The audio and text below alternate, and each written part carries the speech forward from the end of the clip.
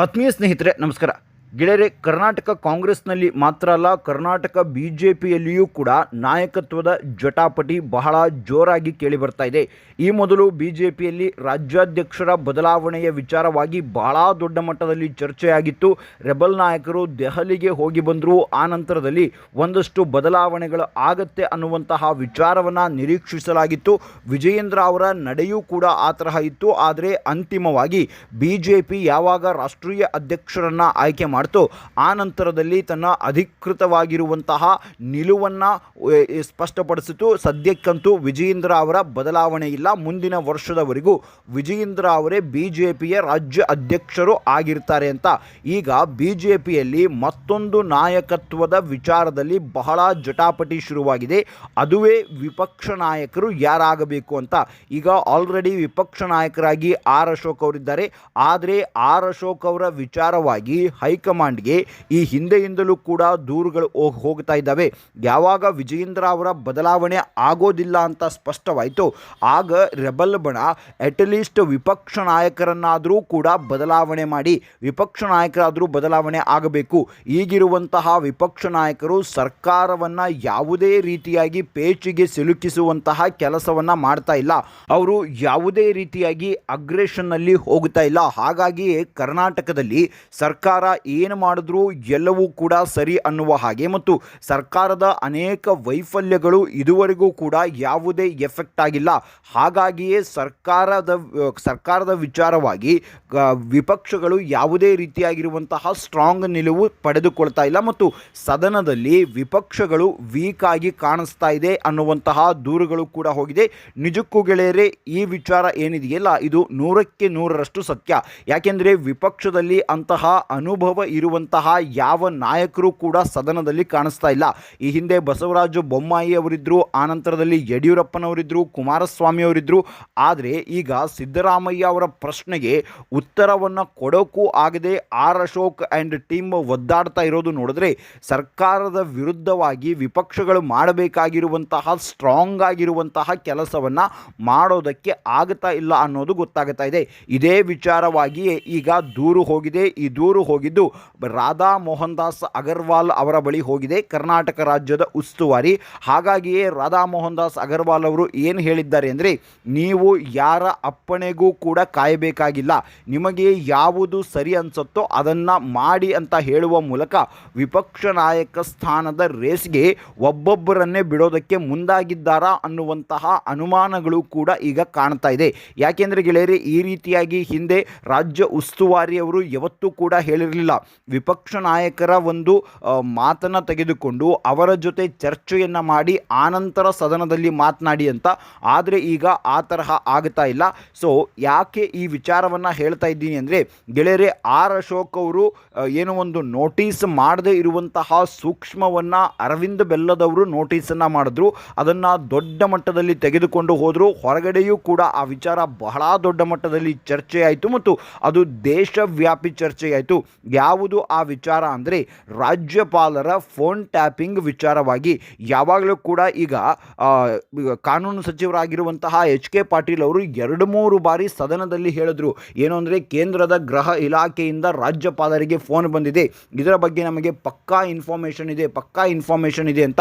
ಈ ಸೂಕ್ಷ್ಮವನ್ನು ಅರಿತಂತಹ ಅರವಿಂದ್ ಬೆಲ್ಲದವರು, ರಾಜ್ಯಪಾಲರ ಫೋನನ್ನೇ ನೀವು ಟ್ರ್ಯಾಪ್ ಮಾಡ್ತೀರಾ, ರಾಜ್ಯಪಾಲರ ಫೋನನ್ನು ಕದ್ದಾಲಿಕೆ ಮಾಡುವಷ್ಟು ನಿಮಗೆ ಅಧಿಕಾರವನ್ನು ಕೊಟ್ಟಿದ್ಯಾರು, ನಿಮಗೆ ಹೇಗೆ ಗೊತ್ತಾಯಿತು ರಾಜ್ಯಪಾಲರಿಗೆ ಫೋನ್ ಬಂದಿರೋದು ಅಂತ. ಅದನ್ನು ದೊಡ್ಡ ಮಟ್ಟದಲ್ಲಿ ತೆಗೆದುಕೊಂಡು ಹೋದರು. ಸದನದಲ್ಲಿ ಸುದೀರ್ಘವಾಗಿರುವಂತಹ ಭಾಷಣವನ್ನು ಕೂಡ ಮಾಡಿದ್ರು. ಅದೆಲ್ಲ ಆದ ನಂತರ ಅದು ದೇಶವ್ಯಾಪಿ ಬಹಳ ದೊಡ್ಡ ಮಟ್ಟದಲ್ಲಿ ಚರ್ಚೆಯಾಯಿತು. ಈ ಮೂಲಕ ವಿಪಕ್ಷ ನಾಯಕನ ರೇಸ್ನಲ್ಲಿ ಅರವಿಂದ್ ಬೆಲ್ಲದವರು ಕೂಡ ಇರೋದು ಗೊತ್ತಾಗ್ತಾ ಇದೆ. ಆರ್ ಅಶೋಕ್ ಅವರನ್ನು ಸೈಡ್ಲೈನ್ ಮಾಡಿ ಅರವಿಂದ್ ಬೆಲ್ಲದವರು ತಾವು ವಿಪಕ್ಷ ನಾಯಕರಾಗೋದಕ್ಕೆ ಈಗ ಒಂದು ಹೆಜ್ಜೆಯನ್ನು ಮುಂದಿಟ್ಟಿದ್ದಾರಾ ಅನ್ನುವಂತಹ ಮಾತುಗಳು ಕೂಡ ಈಗ ಕೇಳಿ ಬರ್ತಾ ಇದೆ. ಇದರ ನಡುವೆ ಅರವಿಂದ್ ಬೆಲ್ಲದವರಿಗೆ ಒಂದು ರೇಸ್ನಲ್ಲಿ ಅಥವಾ ಅವರಿಗೆ ಒಂದು ಕಾಂಪಿಟೇಷನ್ ಕೊಡುವ ನಿಟ್ಟಿನಲ್ಲಿ ಸುನೀಲ್ ಕುಮಾರ್ ಅವರು ಕೂಡ ಸದನದಲ್ಲಿ ಹೆಚ್ಚು ಗರ್ಜನೆಯನ್ನು ಮಾಡ್ತಾ ಇದ್ದಾರೆ. ಇವರ 3 ಜನರನ್ನು ಬಿಟ್ಟರೆ ಸದನದಲ್ಲಿ ಯಾವ BJP ನಾಯಕನೂ ಕೂಡ ಸೊಲ್ಲೆತ್ತುತ್ತಾ ಇಲ್ಲ. ಯಾರೂ ಕೂಡ ಒಂದು ತುಟಿ ಪಿಟಕ್ ಅಂತ ಇಲ್ಲ. ಈ ಸದನವನ್ನು ನಾವು ವೀಕ್ಷಿಸ್ತಾ ಇದ್ದರೆ ನಮಗೆ ಗೊತ್ತಾಗುತ್ತೆ. ಒಂದು ಆರ್ ಅಶೋಕ್ ಅವರು ಮಾತನಾಡ್ತಾರೆ, ಮಾತನಾಡ್ತಾರೆ. ಆರ್ ಅಶೋಕ್ ಅವರು ಬಿಟ್ಟರೆ ಬಹಳ ಹೆಚ್ಚಾಗಿ ಸರ್ಕಾರವನ್ನು ತರಾಟೆಗೆ ತೆಗೆದುಕೊಳ್ಳೋದು ಅಥವಾ ಸರ್ಕಾರವನ್ನು ಪೇಚಿಗೆ ಸಿಲುಕಿಸುವಂತಹ ಕೆಲಸವನ್ನು ಅರವಿಂದ್ ಬೆಲ್ಲದವರು ಮಾಡ್ತಾ ಇದ್ದಾರೆ. ಅವರನ್ನು ಬಿಟ್ಟರೆ ಸುನಿಲ್ ಕುಮಾರ್ ಅವರು. ಈ 3 ಜನರನ್ನು ಹೊರತುಪಡಿಸಿದ್ರೆ ಯಾವ ಬಿ ಜೆ ಪಿ ನಾಯಕರು ಕೂಡ ಮಾತನಾಡ್ತಾ ಇಲ್ಲ. ಸೊ ಹಾಗಾಗಿ ಈಗ ಬಿ ಜೆ ಪಿಯಲ್ಲಿ ವಿಪಕ್ಷ ನಾಯಕರ ವಿಚಾರವಾಗಿ ಒಂದು ದೊಡ್ಡ ಕದನವೇ ಏರ್ಪಡುತ್ತಾ ಅನ್ನುವಂತಹ ಅನುಮಾನಗಳು ಕಾಡ್ತಾ ಇದೆ.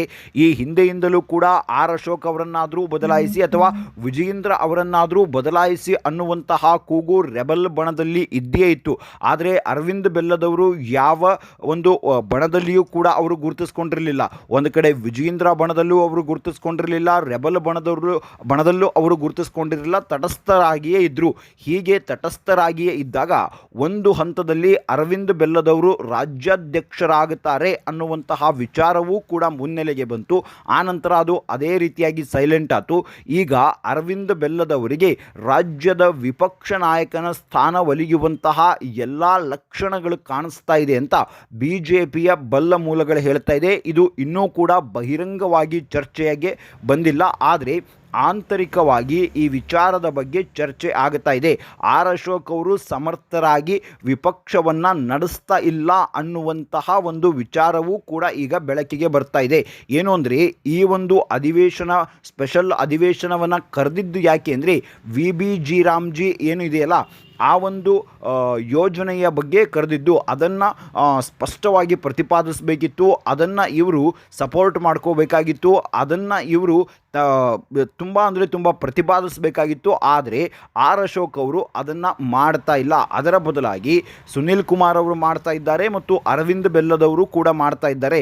ಸೊ ಹೀಗಾಗಿಯೇ ವಿಪಕ್ಷ ಸ್ಟ್ರಾಂಗ್ ಆಗಬೇಕು, ಕರ್ನಾಟಕದಲ್ಲಿ BJP ಸ್ಟ್ರಾಂಗ್ ಆಗಬೇಕು ಅಂದರೆ ಅದಕ್ಕೆ ಈಗಿನಿಂದಲೂ ಕೂಡ ಅಡಿಪಾಯವನ್ನು ಹಾಕಲೇಬೇಕಾಗತ್ತೆ. 2028ರ ಚುನಾವಣೆಗೆ ಈಗ ಕಾಂಗ್ರೆಸ್ನಲ್ಲಿ ಅದಾಗತ್ತೆ ಇದಾಗತ್ತೆ, ಸರ್ಕಾರ ಬಿದ್ದೋಗುತ್ತೆ, ಅದು ಇದು ಮಾತುಗಳು ಕೇಳಿ ಬರ್ತಾ ಇದೆ. ಅದನ್ನು ನಂಬಿಕೊಂಡು BJP ಅವರು ಸುಮ್ಮನೆ ಕೂತ್ಕೊಳ್ಳೋದಕ್ಕಂತೂ ಆಗಲ್ಲ. ಈಗಿನಿಂದಲೇ 2028ರ ಚುನಾವಣೆಗೆ ಪಕ್ಷವನ್ನು ಪ್ರಬಲವಾಗಿ ಸಂಘಟನೆ ಮಾಡಬೇಕಾಗತ್ತೆ. ಸೊ ಹಾಗಾಗಿಯೇ ಒಬ್ಬ ಸಮರ್ಥ ನಾಯಕನ ಆಯ್ಕೆಯ ವಿಚಾರದಲ್ಲಿ ಈಗ BJPಯ ಹೈಕಮಾಂಡ್ ಬಹಳ ದೃಷ್ಟಿ ನೆಟ್ಟಿದೆ. ಹಾಗಾಗಿಯೇ ಈ ಬಾರಿ ವಿಪಕ್ಷ ನಾಯಕರನ್ನು ಮುಂದಿನ ಅಧಿವೇಶನದ ಒಳಗಾಗಿ ಅಂದರೆ ಬಜೆಟ್ ಅಧಿವೇಶನದ ನಂತರದ ಅಧಿವೇಶನ ಅಂದರೆ ಚಳಿಗಾಲದ ಅಧಿವೇಶನದ ಒಳಗಾಗಿ ವಿಪಕ್ಷ ನಾಯಕರನ್ನು ಬದಲಾವಣೆ ಮಾಡಬೇಕು ಅನ್ನುವಂತಹ ತೀರ್ಮಾನವೂ ಕೂಡ ಹೈಕಮಾಂಡ್ ಮನಸ್ಸಿನೊಳಗಡೆ ಇದೆ. ಆ ಒಂದು ತೀರ್ಮಾನ ಗೊತ್ತಾಗ್ತಾ ಇದ್ದ ಹಾಗೆ ಸೈಲೆಂಟ್ ಆಗಿದ್ದಂತಹ ನಾಯಕರು ಈಗ ಆ್ಯಕ್ಟಿವ್ ಆಗೋದಕ್ಕೆ ಶುರುವಾಗಿದ್ದಾರೆ. ಒಟ್ಟಾರೆಯಾಗಿ ರಾಜ್ಯದ ಕಾಂಗ್ರೆಸ್ನಂತೆ ರಾಜ್ಯದ BJPಯಲ್ಲಿಯೂ ಕೂಡ ನಾಯಕತ್ವದ ವಿಚಾರವಾಗಿ ಮುಂದೊಂದು ದಿನ ಬಹಳ ದೊಡ್ಡ ಜಟಾಪಟಿ ಆದರೂ ಕೂಡ ಅಚ್ಚರಿ ಪಡಬೇಕಾಗಿಲ್ಲ. ಇದು ಗೆಳೆಯರೇ ಸದನದಲ್ಲಿ ಆಗಿರುವಂತಹ ಒಂದಷ್ಟು ವಿಚಾರಗಳ ಬಗ್ಗೆ ವಿಮರ್ಶೆ, ನಿಮ್ಮ ಅನಿಸಿಕೆ ಅಭಿಪ್ರಾಯಗಳನ್ನು ಕಮೆಂಟ್ ಮೂಲಕ ತಿಳಿಸಿ. ಮುಂದಿನ ವಿಡಿಯೋದಲ್ಲಿ ಮತ್ತಷ್ಟು ಮಾಹಿತಿಯ ಜೊತೆಗೆ ಬರ್ತೀನಿ. ಅಲ್ಲಿವರೆಗೂ ಜೈ ಹಿಂದ್, ಜೈ ಕರ್ನಾಟಕ.